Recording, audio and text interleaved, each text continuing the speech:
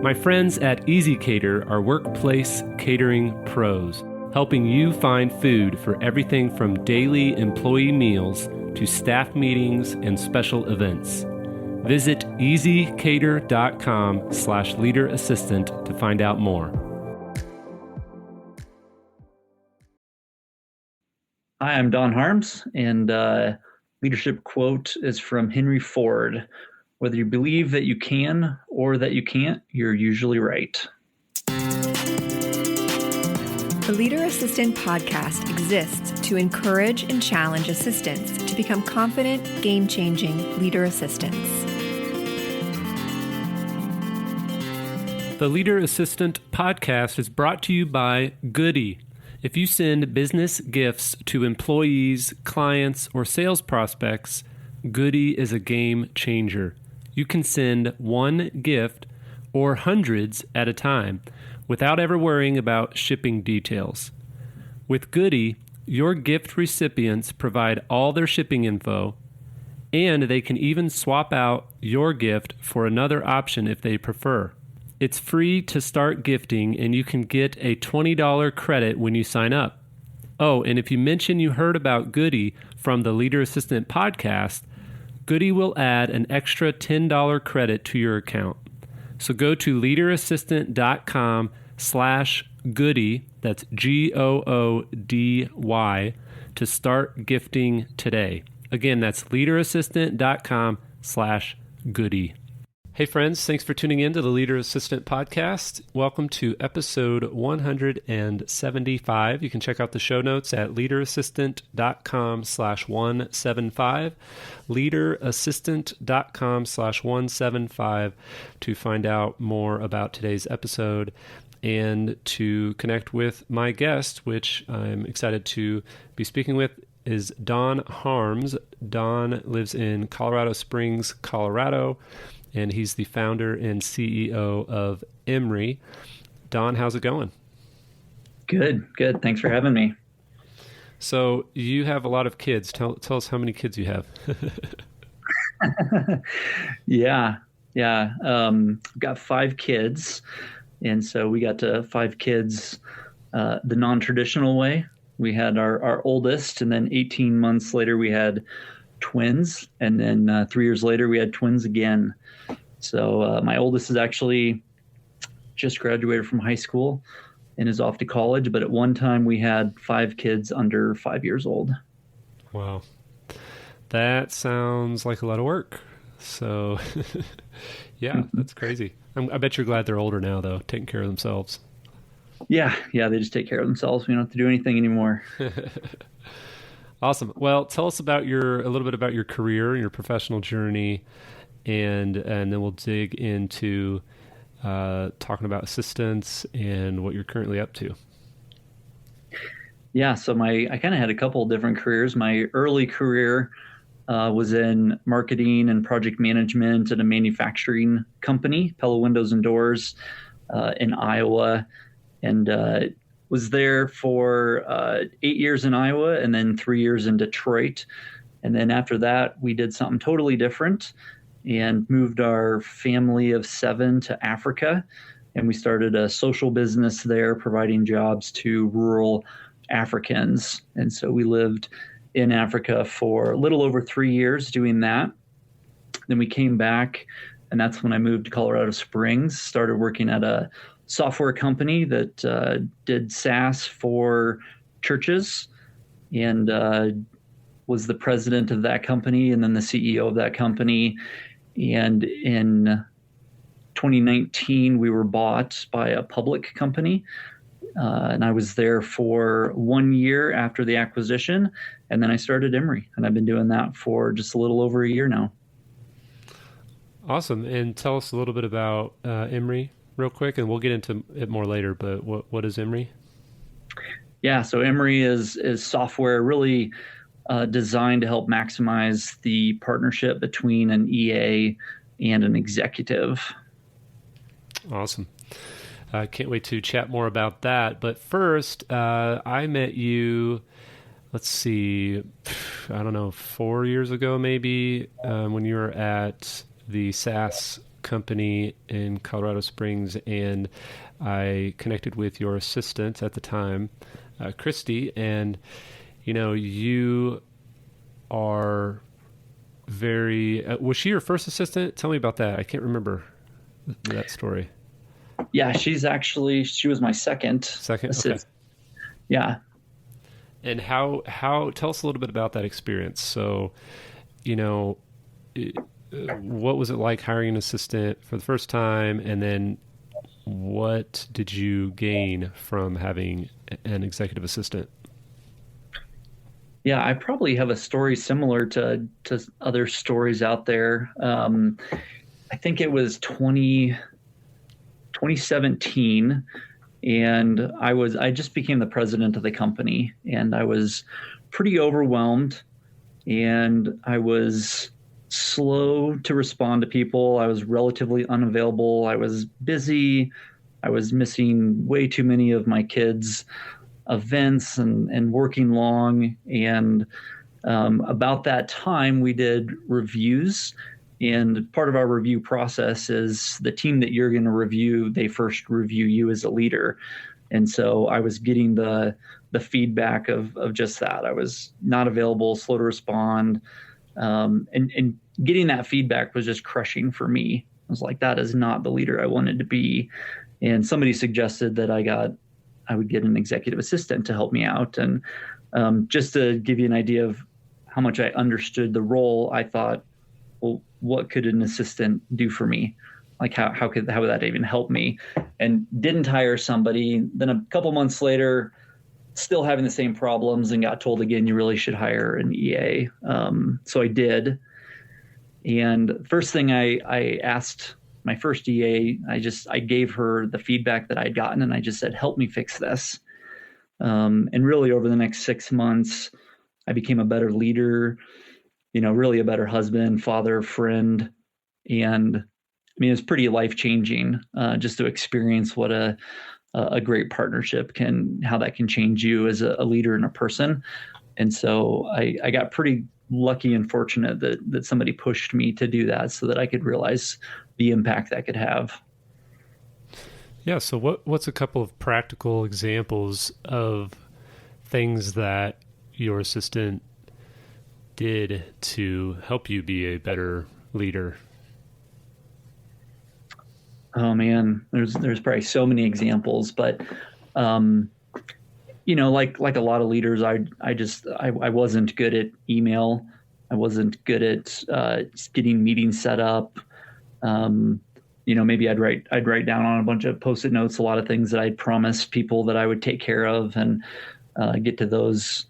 It would take me longer to get to those than it should, and so really, Christy, my second EA, she really took over all of those things for me, which wasn't my idea, was really her idea. She kind of pushed me to give up more than I probably would have been comfortable with, but it was amazing to have somebody take over email, take over my calendar, follow up on all those things, make sure that I was being responsive, and just really help me be a better leader when you're available. And she protected my calendar so that I did have time for the meetings that I needed to have. And just all of those things just created that availability, that responsiveness that you really need to do to be a great leader. So you talk about the idea of, or the mindset of, one job, two people, and you have a blog, onejob2people.com. Tell us a little bit about that concept and what you're passionate about when it comes to the executive and assistant partnership. Yeah, I think, when I first hired an EA, I had the mindset that that she would be doing a very different job than me. Like, I had my job and she had her job, and I viewed it that way. So that was how we didn't really invest in any training. We didn't spend a ton of time together figuring out processes. And with Christy, she helped me delegate more and give more things up. And I started realizing more and more that okay, she's just helping me do my job. Like, we really have one job. And if we really wanted to have a strategic partnership, I needed to give her more of my job. I needed to invest more time with her. I needed to invest more money in training for her. And I think as I was learning how to work together, that mindset just shifted in me of the fact that we really were just doing one job and we were just doing it together. And I think once you get into that mindset, it just changes the way you view the relationship and the way you invest in it. Yeah, well said. So why do you think some executives struggle to buy into that or fully value and invest in the partnership? Yeah, it's interesting. I mean, I think about when I hired my first EA. I've had the opportunity to take executive classes at Harvard and Kellogg. I've got an undergrad in business, MBA, and in all of those classes and all of that training, nobody ever told me how to work with an EA. Nobody ever told me the value of an EA. Nobody explained how important it could be for my career and how important, that could just be in the way that, you are as a leader. And so I do think a lot of it is, I guess I'd say, ignorance. I think that there's a lot of people who just don't understand it, and they know that they need help with a few specific things, typically administrative things. And so they hire somebody to just do those tasks. And they don't realize, and nobody's told them, that there's so much more. And that if you create a strategic partnership, not only will your career be better, and the way that you manage things, the way you lead will be better, but also your EA will be more fulfilled, and you can create more of a career for them as well. And I think as I talk to executives who didn't think that way, don't think that way, have never thought that way, I think that's really why I started to blog and write about that mindset, is trying to get that message out there more and really trying to educate, because I do think that's probably the biggest challenge out there. Yeah. So what are a couple things you've learned, a couple lessons you've learned working with an EA, or even just from some of your EAs? Yeah, I think as I learned that mindset, I think the next thing that I learned was that there should be a EA career path. And that was also something that I wasn't aware of at all. I just, really, it came from my EA, just kind of asking how can they progress, and looking at our development team, which we had a really great 5-level structure in place. And so just understanding, okay, we need to create a career path that's got the right incentives and the right salary and pay structure in place for each of the different levels. So that was a big lesson that I think it was a couple years in when I put that into place and created more of a career ladder and opportunity for not only my EA, but the other EAs in our company. Mm-hmm. And then I just think going through, a lot of it was slow learning, but just the value of spending time investing, getting to understand each other, understanding how Christy worked, spending time with Christy so she knew how I worked, and just the importance of that time. It's so easy to cancel those meetings or cancel that time together, but really valuing that time and making sure that we invested that time together was a big, I don't know if it was, I just think over time as we did that, I just kept learning and realizing how important that was and how valuable it was. Mm-hmm. Did you ever have other executives or team members push back or have conflict in the workplace when you tried to give Christy or one of your other assistants more work and more of your job? Did anybody ever push back and say, hey, that's your job, Don. Like, what are you doing giving that to your assistant? Yeah. A couple times, I would say there would be times where there would be a meeting maybe that I would invite Christy to, that maybe somebody in the room would be uncomfortable with that and say, hey, this meeting's, we're going to be talking about things that are confidential.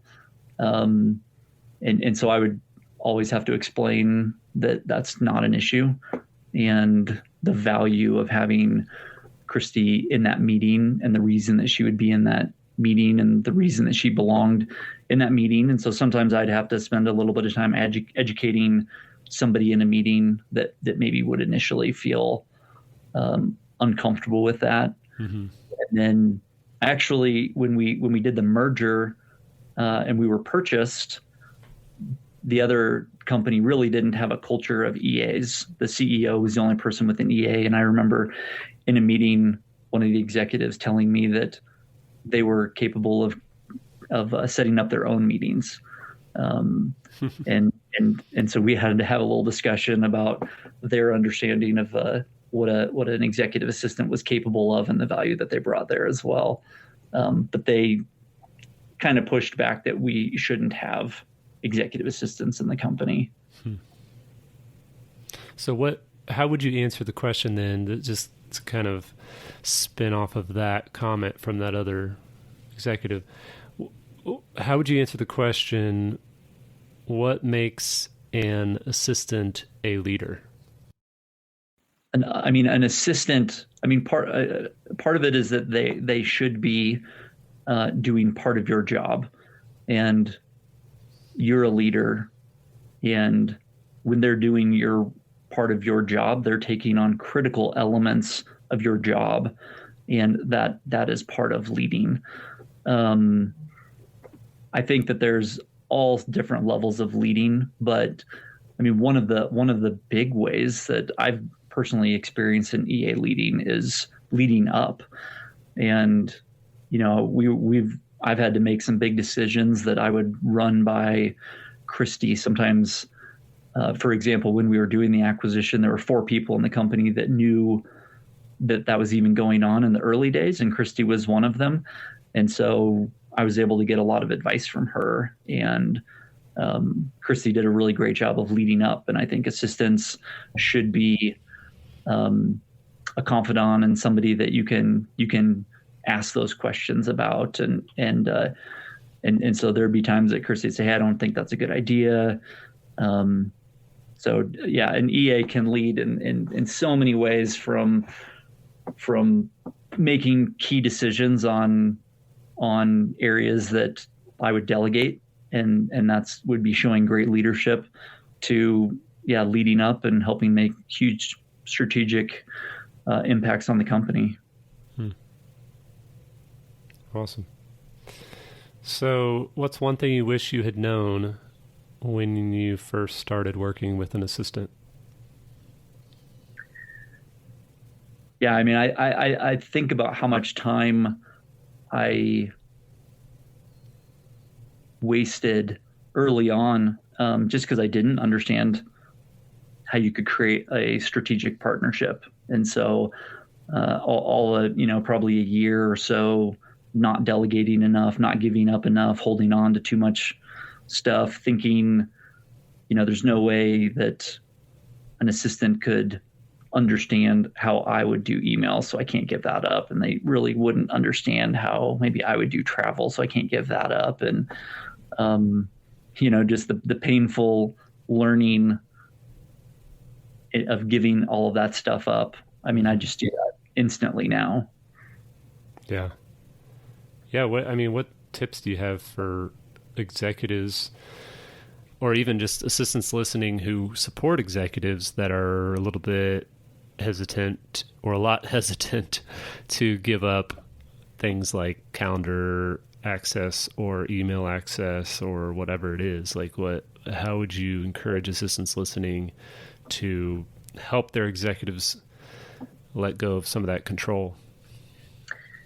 Yeah, one, I'd be persistent, and I definitely would recommend that you don't assume that they don't want to for a good reason, because they just might not realize that it's even possible. And so for me, I think about, there's a lot of things I would have never given up if I hadn't been asked.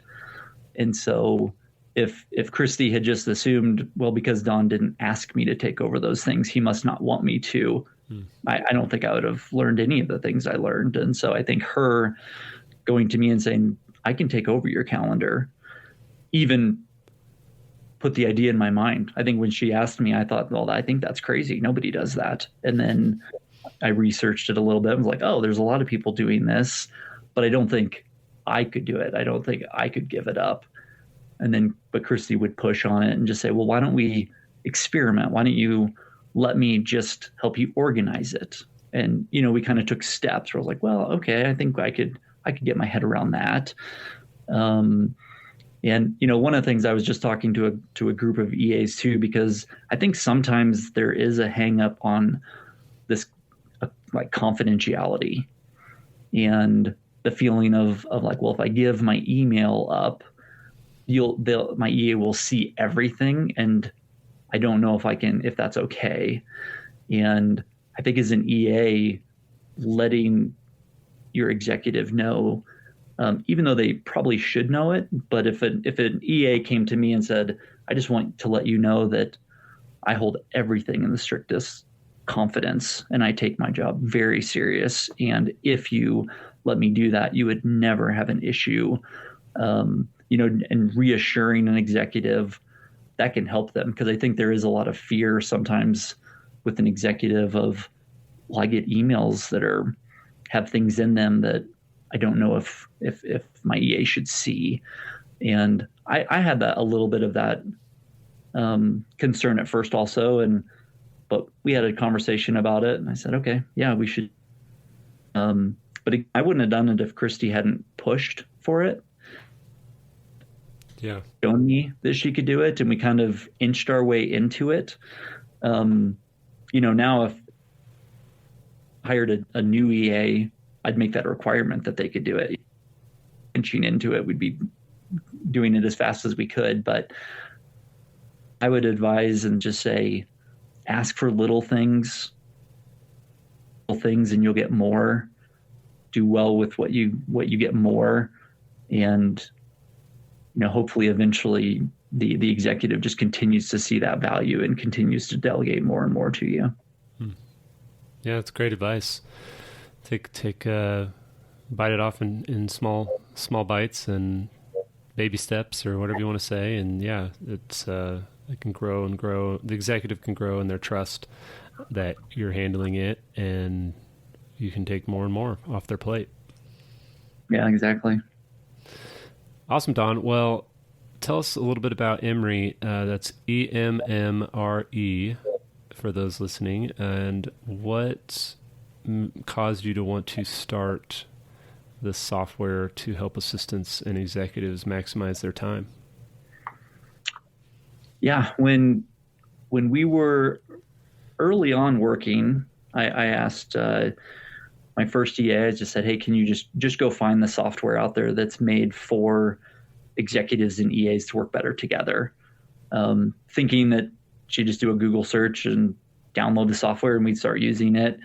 And at the time, she couldn't find it. So this was in 2017 again, and she didn't find anything. And so then I looked, I couldn't find anything.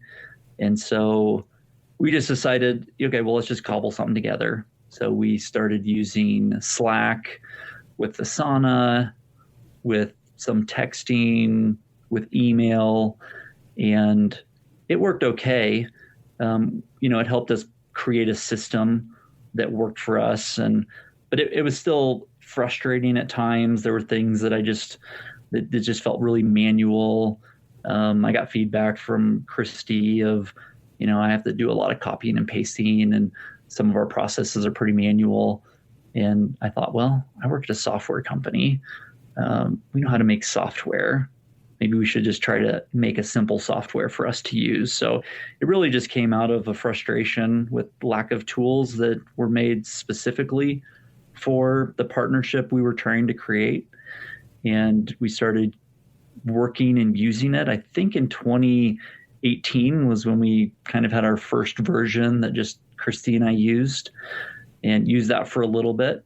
And then after the acquisition of our company, and I knew I'd be there for about a year, I started planning for what would be next. And I got so much value personally from working with an EA. And I knew so many executives that were hesitant or had maybe had a bad experience with an EA. And I just thought that if we create better tools, then there can be more strategic partnerships out there. So that was really my goal, was can we make something that can help people have more strategic partnerships together? And so that's what we worked on. And then when I left the company, that's what I've been doing ever since. Nice. So what makes Emmre different? So now that was a few years ago. Now there are a few different tools that are built for executive assistants. What makes Emmre different than the other than the competition? Yeah. I think there's other good products out there. I think there's a lot of the products that are really focused on helping EAs be productive, which is great. And I think we just have maybe a little bit different take on it, where we're very focused on the partnership and helping executives and EAs work together. And our software can be used just by an EA, but we really did make it to where you get the most out of it, and it's the most powerful when both an EA and executive are in it together.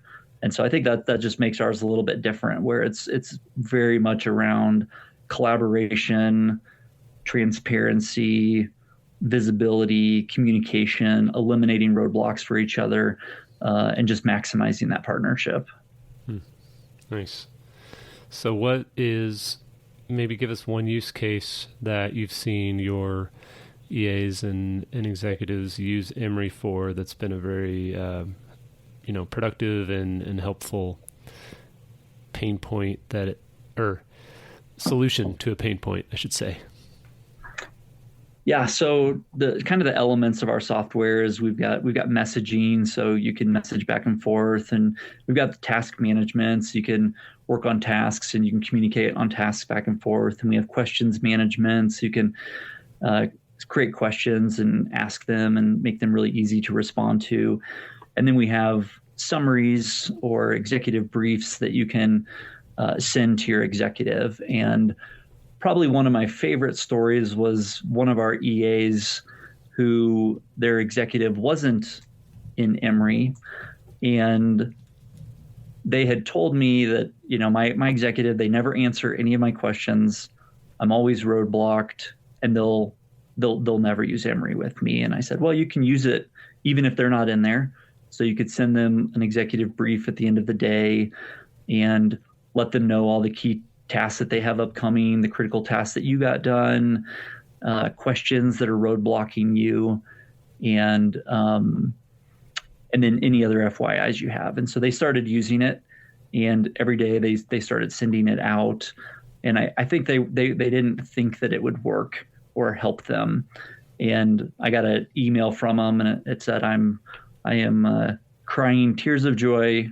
My executive who never gets back to me, never answers any of my questions, every day opens up the brief I send them, answers all my questions, acknowledges my FYIs, and I'm no longer roadblocked. And he just told her that, yeah, this is super easy. I just click it open. And so I think she just sent it to him in Slack. And basically the way it works is he can just click open a link and he can work on that executive brief without being a part of Emmre. And so again, even when the executive isn't in there, our focus is trying to strengthen the partnership together, not just help the EA be productive, even though that's certainly a goal as well. That's awesome. Well, yeah, let's share how people listening, how assistants listening can find out more about you. So where's the best place for them to go to check out Emmre, and then also, your blog and all that fun stuff?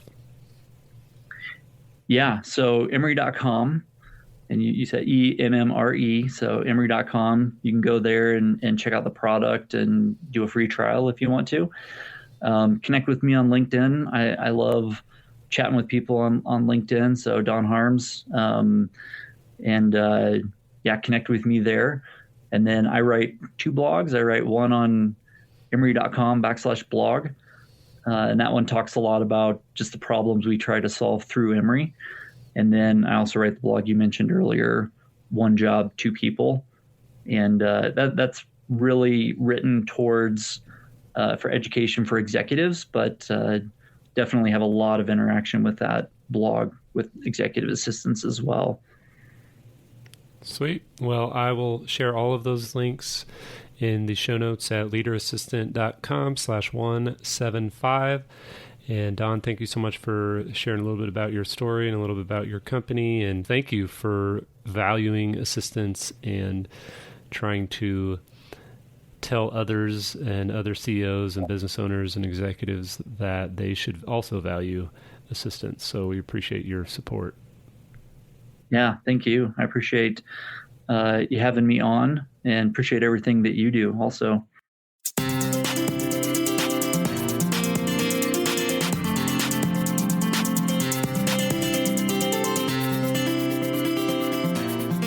Please review on Apple Podcasts.